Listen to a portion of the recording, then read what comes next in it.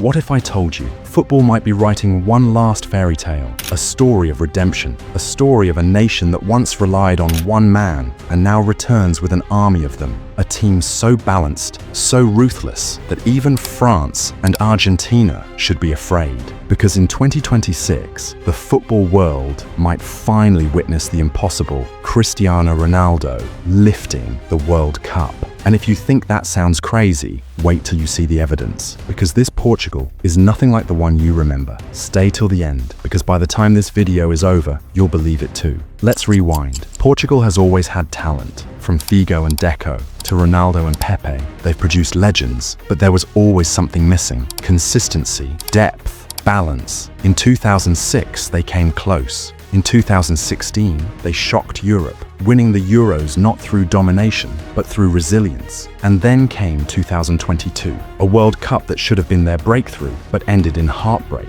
Morocco sent them home. Ronaldo walked off in tears, and the world thought that was the end of Portugal's golden age. Fast forward to 2026, and Portugal's squad is terrifying. Let's talk about the foundation first. The defense. At the back, you've got Ruben Dias, the warrior leader, calm, commanding, and impossible to dribble past. Next to him, Antonio Silva, young, fearless, and technical. Nuno Mendes, explosive on the left, arguably the best left back in the world. And Diogo Dalot on the right, tactical, tireless, and always reliable. Even if one falls, Gonçalo Inácio, Nuno Tavares, or Renato Veiga can step in. Portugal has depth in defense like never before. Now move to the midfield, and this is where it gets special. Bernardo Silva, the magician, football's quiet genius. Bruno Fernandes, the brain, controlling tempo, threading passes, breaking lines. Vitinha and João Neves, the new generation, smooth, composed, fearless. They dictate the rhythm like conductors of a symphony.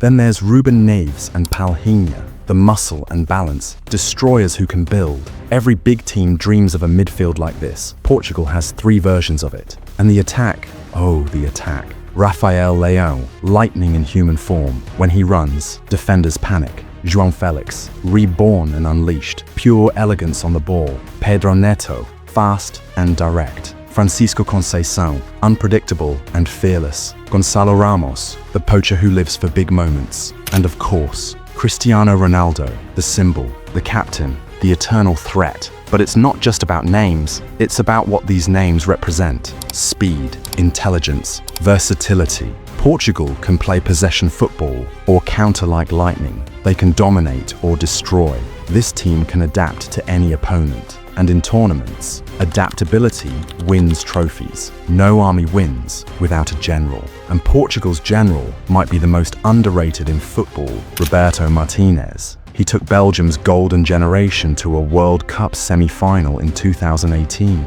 He's faced Brazil, France, and England, and knows exactly how to manage pressure. But the difference this time, he finally has depth. With Belgium, he had a brilliant starting 11, but little beyond it. With Portugal, he has a squad. He can rotate between systems effortlessly. He's turned Portugal from a side that relied on emotion into one that plays with structure and calm. Now, under Martínez, every player knows their role. Every substitution makes sense. This Portugal is organized, ruthless, and patient. And that's the kind of team that doesn't just win matches, it wins tournaments. Now let's talk about the heartbeat of this story, Cristiano Ronaldo. By 2026, he'll be 41.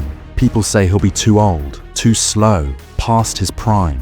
But they forget something. Ronaldo has been told you can't his entire life. And every time, he's answered with history. He doesn't need to play every game. He doesn't need to run 90 minutes. He just needs one moment, one header, one penalty, one free kick in the dying seconds, and the entire world could change. But beyond his numbers and goals, it's his presence. Imagine being João Neves, 20 years old, stepping onto the pitch, knowing you could help Ronaldo win the only trophy missing from his career. That's not just motivation, that's fire. Every player will run harder, defend longer, and give everything for him. Because this isn't just about winning for themselves, it's about completing a legend's legacy. Ronaldo's journey started with tears in 2004. It might end with tears again, but this time, tears of joy under the confetti of North America.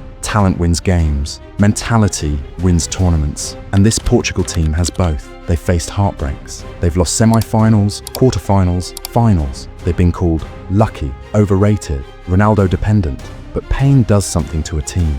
It forges steel. They've learned from their mistakes, from 2018's collapse, from 2022's disappointment. Now, they come with balance, experience from veterans like Ronaldo and Bernardo, and fearlessness from the new blood like João Neves and Antonio Silva. And don't forget, Portugal knows how to win trophies. They've done it in 2016 and 2019. Now let's be realistic. To win the World Cup, Portugal will have to go through giants: France, Argentina, Brazil, England. But here's the twist. None of those teams are evolving as fast as Portugal. France has internal tension. Argentina's golden wave may fade by 2026. Brazil is still rebuilding. England still haunted by penalties. Meanwhile, Portugal's core, Bruno, Bernardo, Leão, Dias, Vitinha, will be at their absolute peak. They're not rising, they're ready.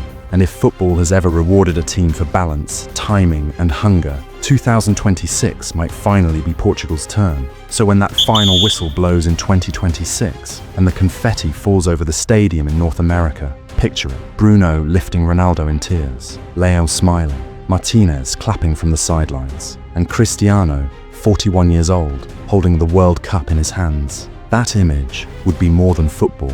It would be legacy. It would be poetry. Because sometimes the game gives us stories too perfect to ignore. And maybe, just maybe this time, destiny wears red and green.